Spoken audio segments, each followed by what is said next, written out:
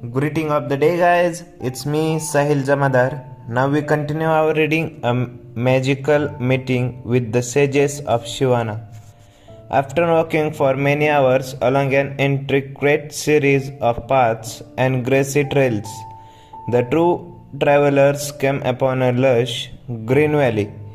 On one side of the valley, the snow-capped Himalayas offered their protections like weather-beaten soldiers, guardians, the place where their generals rested. On the other, a thick forest of pine trees sprouted, a perfectly natural tribute to this enchanting fantasyland. The sage looked at Julian and smiled gently. Welcome to the Nirvana of SIVANA.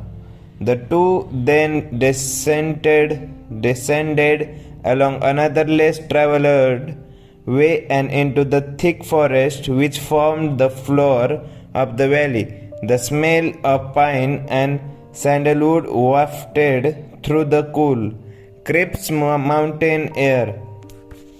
Julian, now barefoot to ease his itching feet, felt the damp moss under his toes. He was surprised to see richly colored orchids and a host of other lovely flowers dancing in the trees, as if rejoicing in the beauty and splendor of this tiny slice of heaven. In the distance, Julian could hear gently voices, soft and shooting to the air. He continued to follow the sage without making a sound. After walking for about 15 more minutes, the man reached a clearing. Before him was a sight that even the worldly wise and rarely surprised Julian Mantle could never have imagined. A small village made solely out of what appeared to be roses.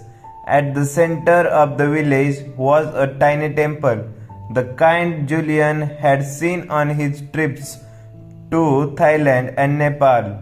But this temple was made up of red, white, and pink flowers, held together with long strands of multicolored string and twigs.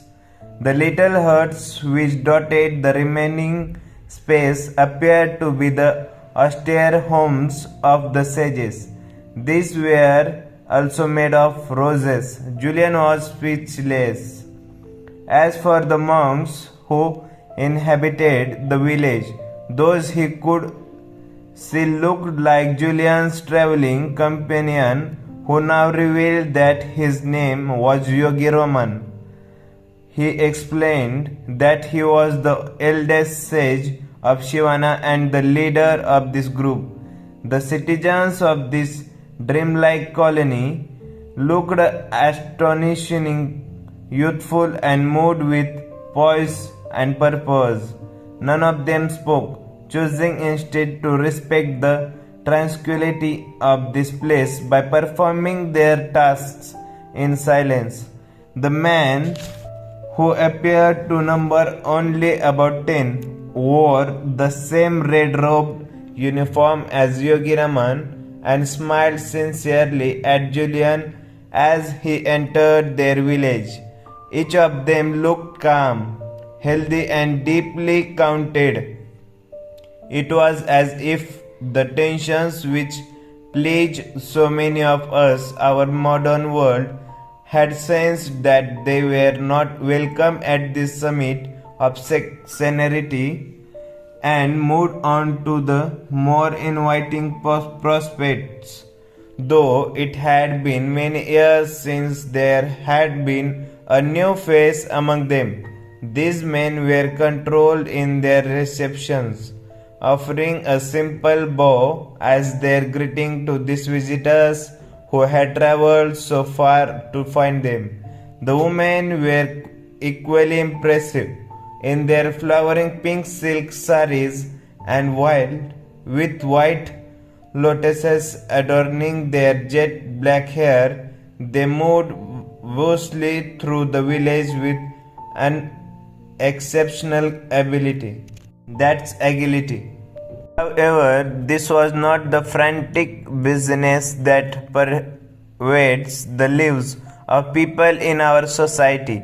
Instead, theirs was of the easy, grateful kind, with Zen-like focus. Some worked inside the temple, preparing for what appeared to be festival. Others carried firewood and richly embroidered tapestries. All were engaged in productive activity. All appeared to be happy. Ultimately, the faces of the sages of SIVANA revealed the power of their way of life. Even though they were clearly mature adults, each one of them radiated a child-like quality, their eyes twinkling with the vitality of youth. None of them had wrinkles. None of them had grey hair. None of them looked old. Julian, who could scarcely believe what he was experiencing, was offered a feast of fresh fruit and exotic vegetables, a diet that he would later learn was one of the keys to the treasure trove of ideal health enjoyed by the sages. After the meal, Yogi Raman escorted Julian to his living quarters, a flower-filled hut containing a small bed with an empty journal pad on it. This would be his home for the foreseeable future. Though Julian had never seen anything like this magical world of SIVANA, he somehow felt that this had been a homecoming of sorts, a return to a paradise that he had known long ago. Somehow this village of roses was not so foreign to him. His intuitions told him that he belongs here. If only for a short period, this would be the place where he would rekindle the fire for living that he had known before the legal profession stole his soul, a sanctuary where his broken spirit would slowly start to heal. And so began Julian's life among the sages of SIVANA, a life of simplicity, serenity, and harmony. The best was soon to come. That's enough for today. We continue our reading, A Spiritual Student of the Sages. Okay, bye. Have a good day.